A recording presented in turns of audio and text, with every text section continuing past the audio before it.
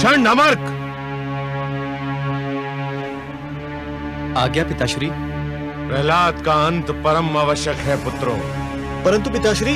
परंतु क्या? परंतु पिताश्री, राजकुमार प्रहलाद को मारने के सारे उपाय असफल हो चुके हैं। वो इसलिए कि अब तक के सारे उपाय अज्ञानी और बुद्धिहीन असुरों ने किए थे।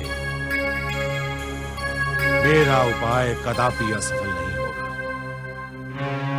जाओ, कृत्याजन की क्रिया का शुभारंभ करो। सुना नहीं तुमने मेरा आदेश? सुन लिया पिताश्री, परंतु कृत्या का जन्म केवल प्रहलाद के लिए नहीं, औरों के लिए भी घातक सिद्ध हो सकता है। पिताश्री, आप तो जानते ही हैं, यदि कृत्या प्रहलाद को न मार सकी तो उसे मार डालती है जो उसे बुलाता है। यह संभव है। इतनी विशाल काय और भयावह राक्षसी और एक छोटे से बालक को समाप्त ना कर सके, यह संभव ही नहीं। जाओ, विलंब ना करो। भोर होने से पहले ही प्रहलाद का अंत हो जाना चाहिए। मैं यहां साधना कर रहा हूं। प्रहलाद का अंत होते ही मुझे सूचित किया जाए। और स्मरण रहे, सूर्योदय से पहले यह कार्य हो जाना चाहिए। जो आज्ञा पिताश्री।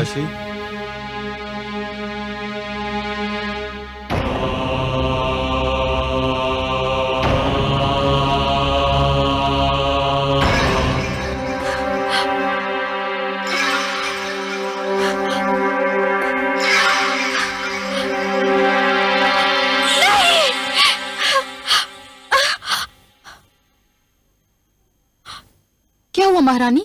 क्या आपने कोई भयानक सपना देख लिया?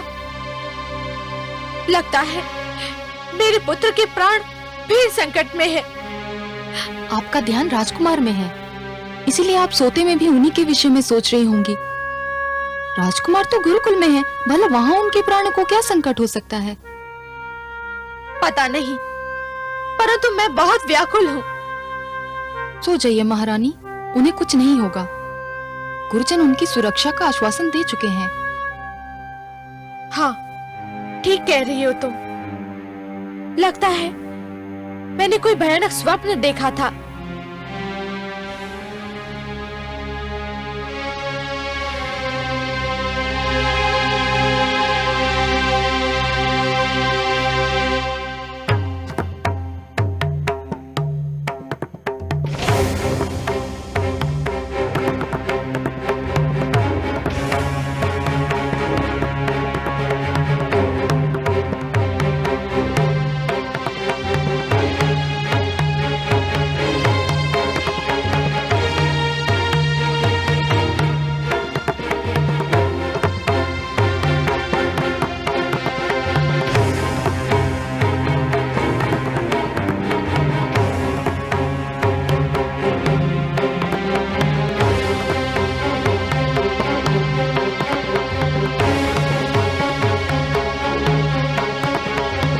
तेल लेके आओ।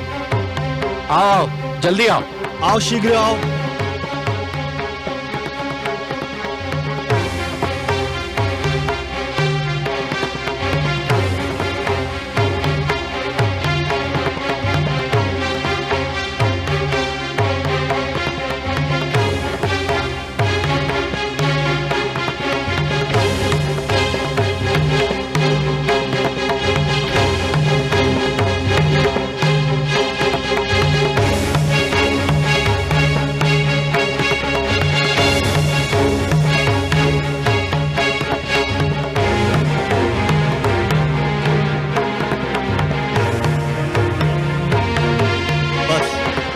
और अधिक तेल की आवश्यकता नहीं है।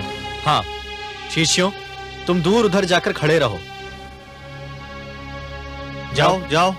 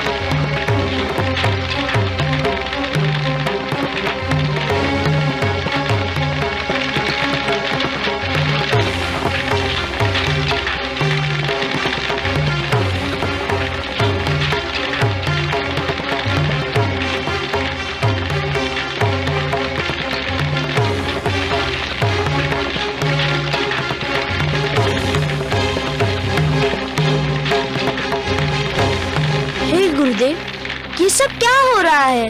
एक अतिथि की प्रतीक्षा है, हम उसी के लिए भोजन बना रहे हैं। एक अतिथि के लिए इतना सारा भोजन? हाँ, बहुत विशाल काय है वह अतिथि, बहुत बड़ा पेट है उसका। उसका भोजन इसी तेल में तला जाएगा। जाओ शिष्य, तुम अपना स्थान ग्रहण करो।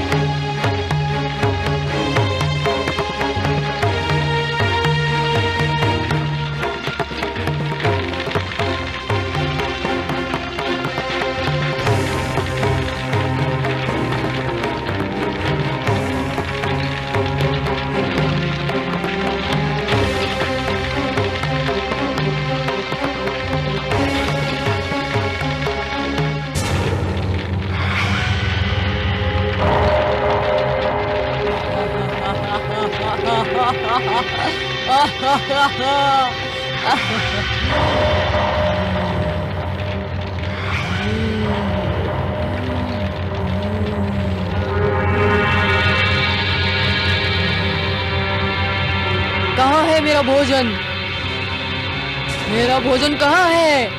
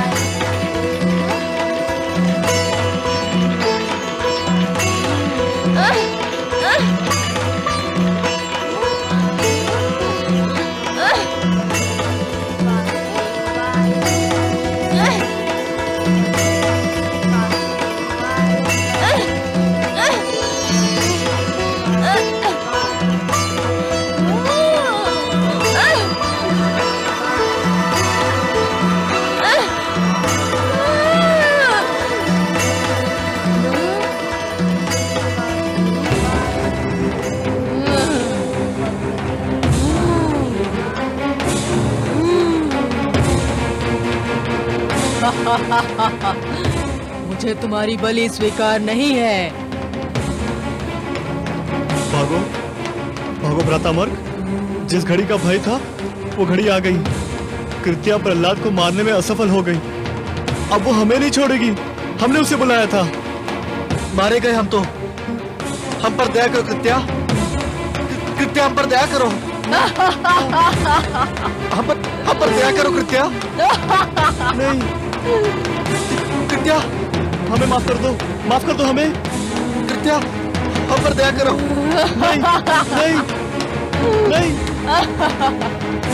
कृत्या पर दया करो, हम पर दया करो कृत्या।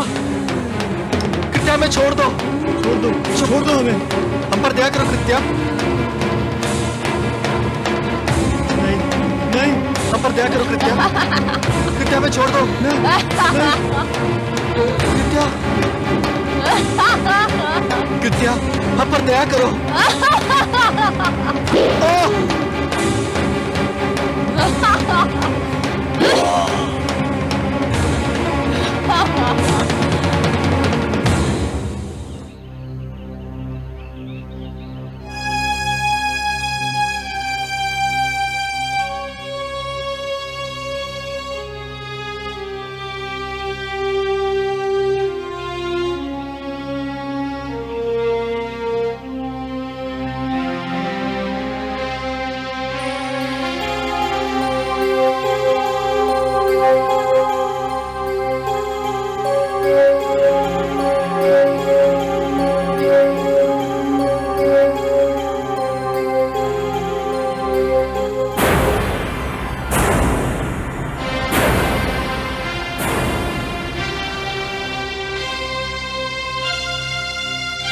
गुरुशन, गुरु मार्ग।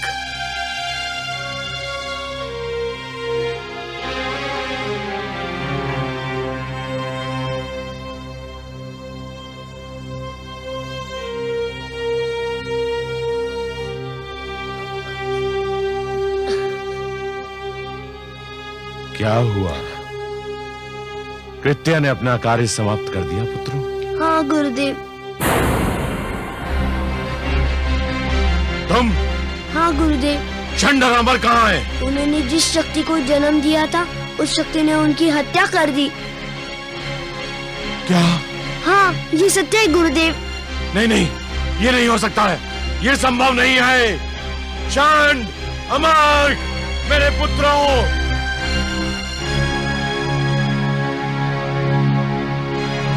चंड, अमर,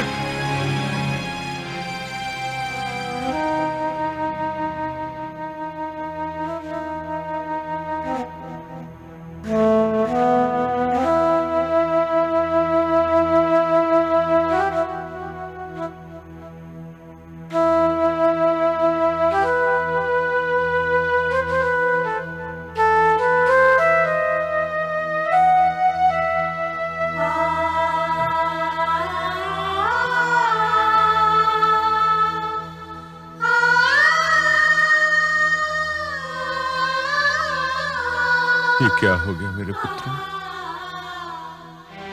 ये क्या हो गया? मुझे अकेला छोड़कर इस दुख सागर में डुबोकर तुम कहां चले गए? हे मेरे होनहार पुत्रों, मैंने तुमसे क्या क्या आशाएं बांध रखी थी।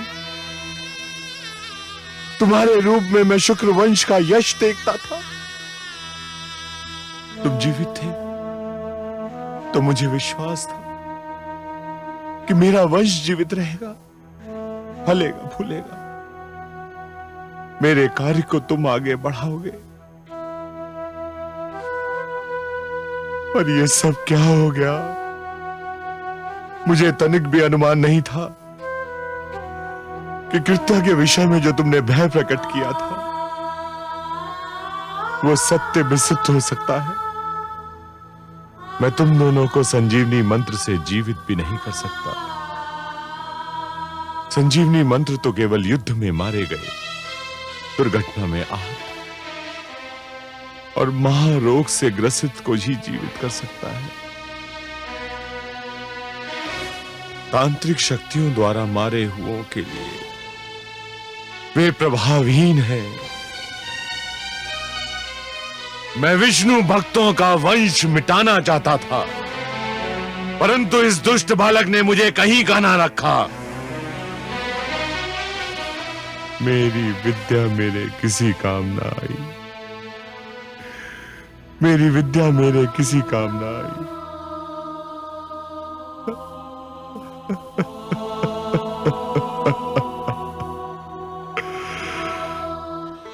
मैं कहती थी ना, जो दूसरों का बुरा चाहते हैं स्वयं उनका बुरा हो जाता है।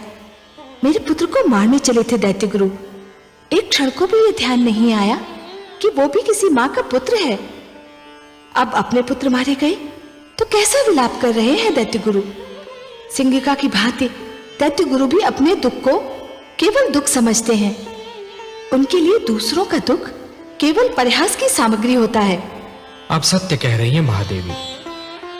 इसलिए मैं बार बार यही कहता हूं कि कभी किसी को किसी का बुरा नहीं सोचना चाहिए, क्योंकि जो भी व्यक्ति किसी और का बुरा सोचता है अंत में उसका भी बुरा हो ही जाता है। दैत्य गुरु को अपने तंत्र मंत्र पे बड़ा विश्वास था। समझ रहे थे कि उनके तंत्र मंत्र से बड़ी कोई शक्ति है ही नहीं। यह उनका भ्रम है महादेवी, उनका भ्रम है। जो भी व्यक्ति ये समझते हैं कि यह तंत्र मंत्र, ये सर्वनाश और अंधकार की शक्तियां केवल किसी और को ही क्षति पहुंचा सकती हैं, तो वो उनका भ्रम है। सत्य तो यह है महादेवी कि जो ईश्वर के सच्चे भक्त होते हैं, जो स्वयं ईश्वर पर संपूर्ण विश्वास करते हैं, ये तंत्र मंत्र की शक्तियां उनका बाल भी नहीं बांका कर सकती। हे महादेवी, जिस प्रकार द्वेष और घृणा का मारा व्यक्ति पड़ोसी के घर को जलते हुए देख ये भूल जाता है कि उसी अग्नि की लपटें स्वयं उसका घर भी जला सकती हैं, उसी प्रकार जो व्यक्ति तंत्र मंत्र में विश्वास करता है वो ये भूल जाता है कि यही तंत्र मंत्र की शक्तियां स्वयं उसका भी सर्वनाश कर सकती हैं। सत्य है सर्वेश्वर, आप जो कह रहे हैं उसका एक एक अक्षर सत्य है। देखिए तो महादेवी, कोई भला सोच भी सकता है कि इतने महान दैत्य गुरु शुक्राचार्य अपने पुत्रों की मृत्यु पर इस प्रकार विलाप करते हुए दिखाई देंगे? गुरुदेव, क्या आप वास्तव में मेरे गुरुजन शन और अमर की मृत्यु का उत्तरदायी मुझे समझते हैं? तुम्हें नहीं समझूं तो किसे समझूं? परंतु गुरुदेव, क्या ये उचित है? उचित हो या अनुचित, पर सत्य यही है कि तुम्हारे ही कारण मेरे पुत्रों के प्राण गए, तुम्हारे ही कारण मेरी प्रतिष्ठा पर प्रश्न चिन्ह लग गया, तुम्हारे ही कारण समस्त असुर लोक का अस्तित्व संकट में पड़ गया। मेरे पुत्रों को जीवित रहना था, वे मर गए।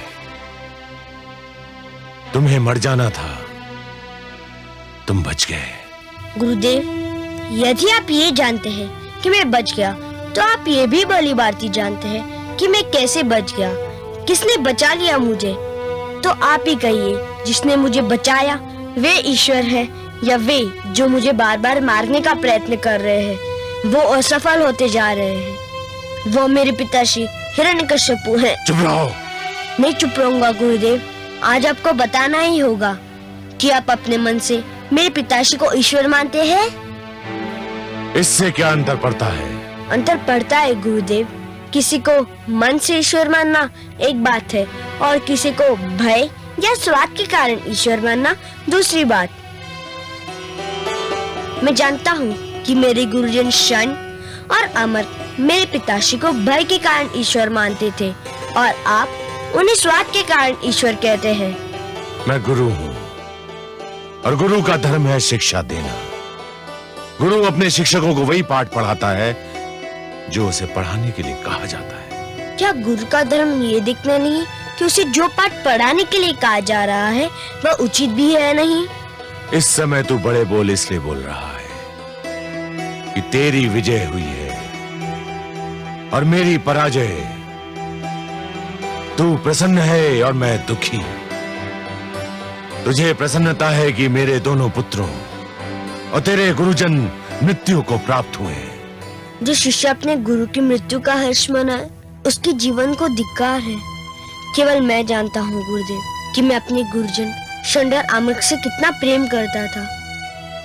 केवल मैं जानता हूँ कि उनके मृतक शरीर को देखकर मेरे मन पर क्या बीत रही है। जिस समय वो दुष्ट राक्षसी मेरे गुरुजन का वध कर रही थी, मेरा वश चलता तो मैं उसके खड़क के आगे अपना सिर कर देता। बंद करो ये अभिनय। ये अभिनय नहीं गुरुदेव, ये मेरे दुखी मन की पुकार है।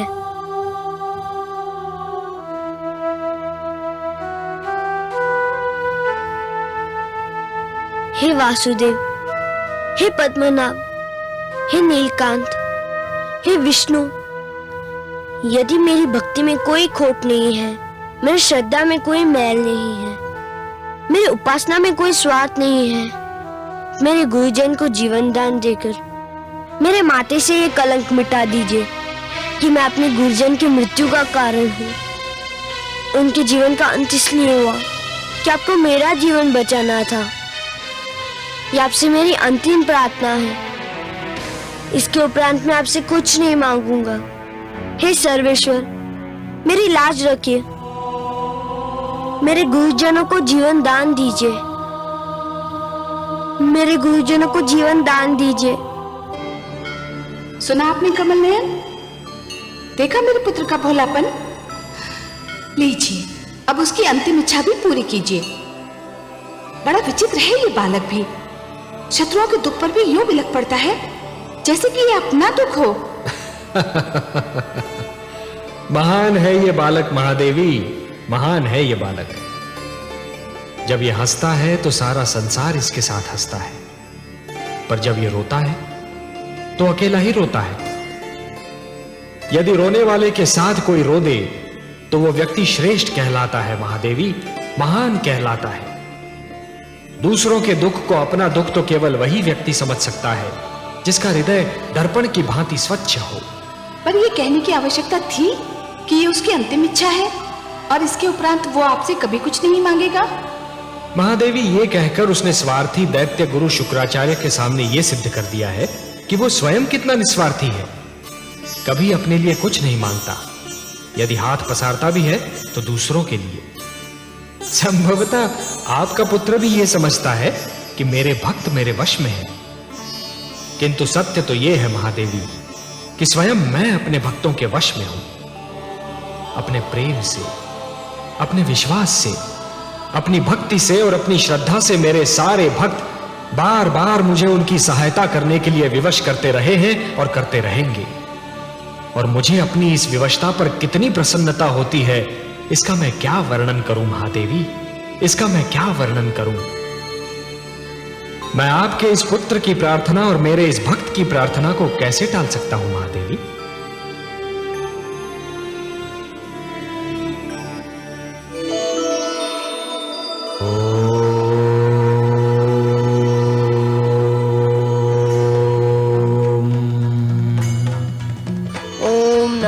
भगवती वासुदेवाय।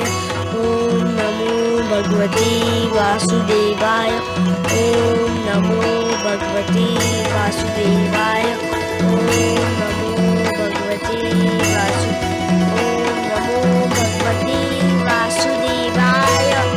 ओम नमो भगवती वासुदेवाय। ओम नमो भगवती वासुदेवाय।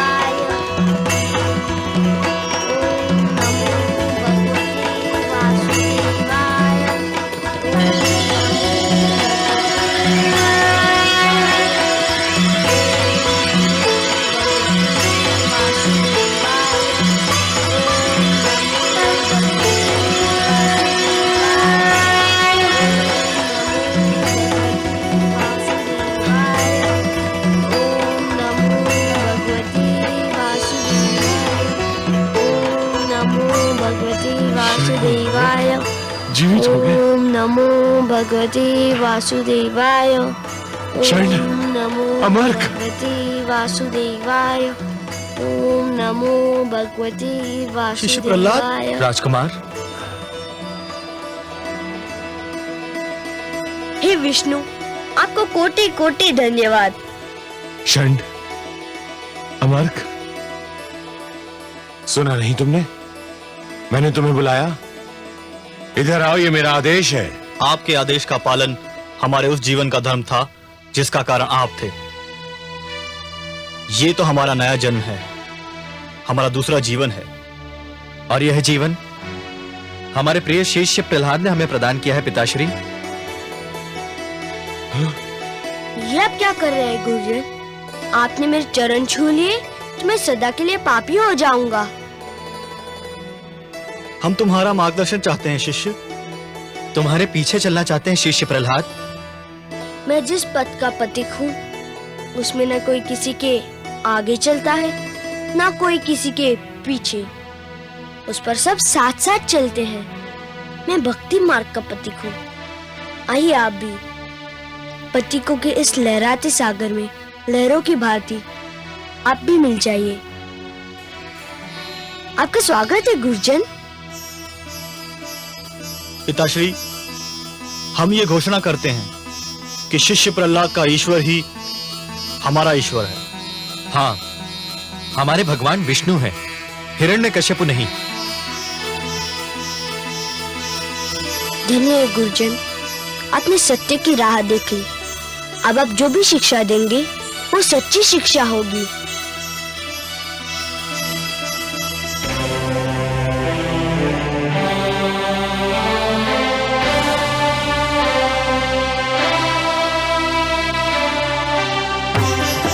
सावधान!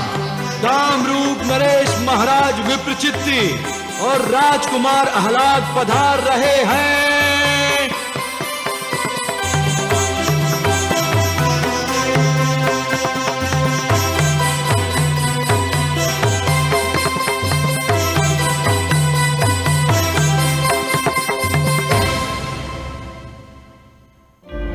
सर्वशक्तिमान भगवान असुरलोक सम्राट हिरण्यकशिपु असुरलोक साम्राज्य महारानी कयाधु के साथ राजसभागार की शोभा बढ़ा रहे हैं।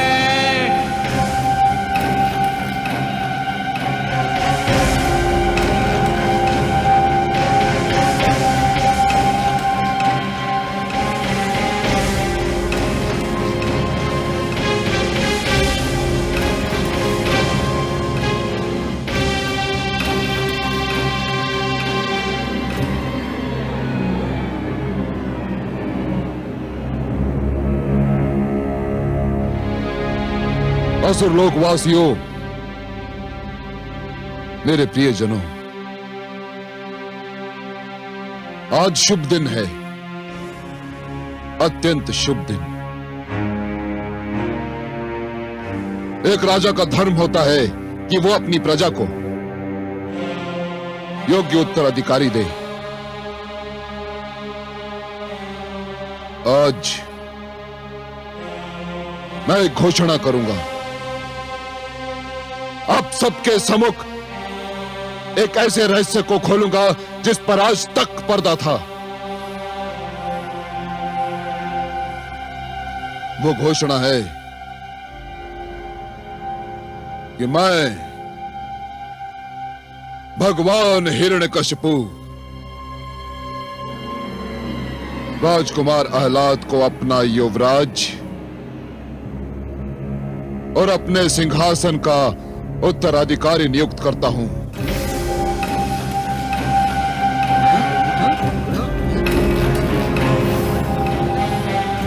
किंतु वे तो कामरूप नरेश के युवराज हैं।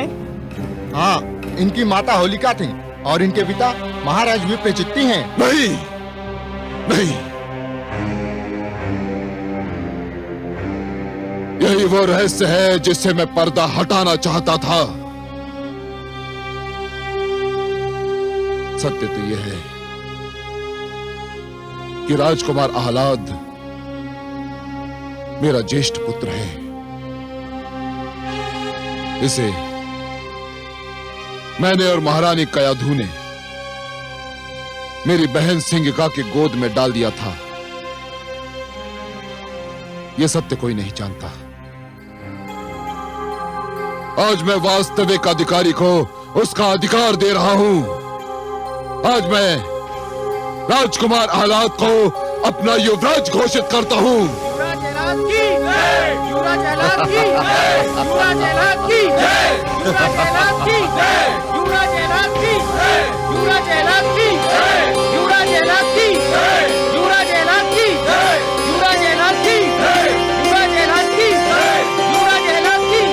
युवराज आह्लाद की जय! युवराज आह्लाद की जय! युवराज आह्लाद की जय! युवराज आह्लाद की जय! युवराज आह्लाद की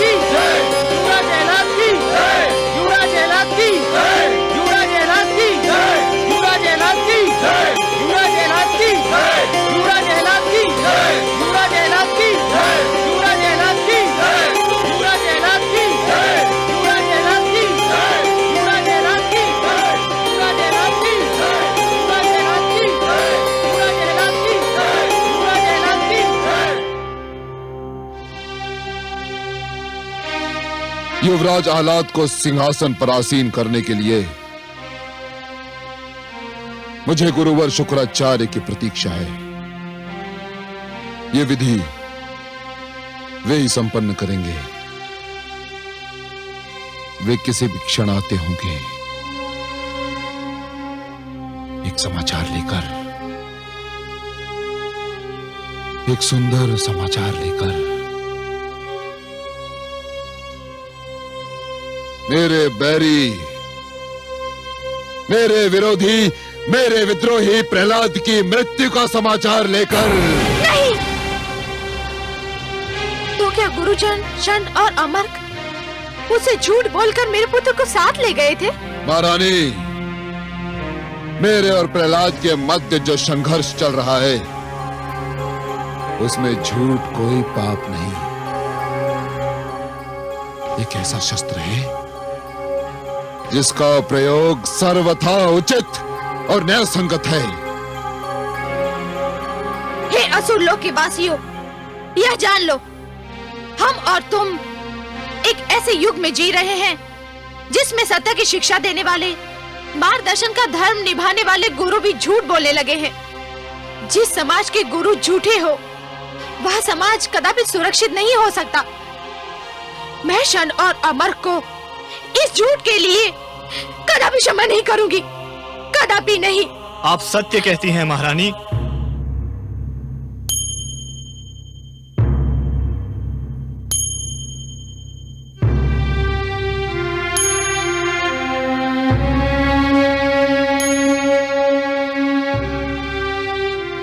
आप सत्य कहती हैं महारानी। हम क्षमा योग्य नहीं हैं, परंतु हमने आपसे झूठ बोलकर केवल अपने पिताश्री दैत्य गुरु शुक्राचार्य के आदेश का पालन किया था। नहीं! अर्थात अब मेरा पुत्र प्रहलाद इस संसार में नहीं है?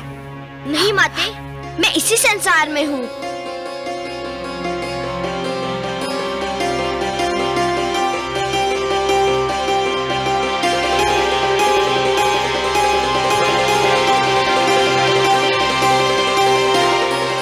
आपका आशीष सदा मेरे साथ था, मुझे क्या हो सकता था?